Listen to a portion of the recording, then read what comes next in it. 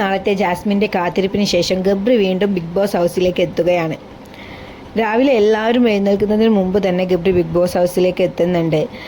അങ്ങനെ ഗബ്രി വരുമ്പോൾ എല്ലാവരും ഉറങ്ങാണ്. രതീഷ് ആദ്യം തന്നെ ഗബ്രിയെ കണ്ടിട്ട് ഞെട്ടു കേട്ടോ. അങ്ങനെ ഇവർ രണ്ടാളും പ്ലാൻ ചെയ്യുകയാണ് ജാസ്മിന് ഒരു സർപ്രൈസ് കൊടുക്കാൻ വേണ്ടിയിട്ട്. അങ്ങനെ രതീഷ് മെല്ലെ ജാസ്മിനെ വിളിച്ച് കിച്ചണിലോട്ട് കൊണ്ടുവരും. അവിടുന്ന് ഗബ്രിയെ കണ്ട് ജാസ്മിനും ഷോക്ക്ഡ് ആവുകയാണ്. ജാസ്മിൻ മാത്രമല്ല, ഹൗസ് മേറ്റ്സ് എല്ലാവരും രാവിലെ തന്നെ ഗബ്രിയെ കണ്ടിട്ട് ഞെട്ടിയിരിക്കുകയാണ്.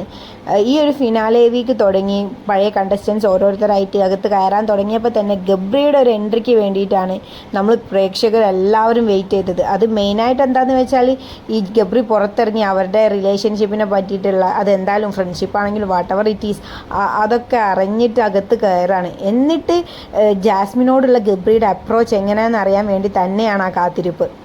നെഗറ്റീവ് ആണെങ്കിലും പോസിറ്റീവ് ആണെങ്കിലും ബിഗ് ബോസിൻ്റെ റേറ്റിംഗ് കൂട്ടിക്കൊടുത്ത ഒരു കോംബോ തന്നെയാണ് ജബ്രി കോംബോ.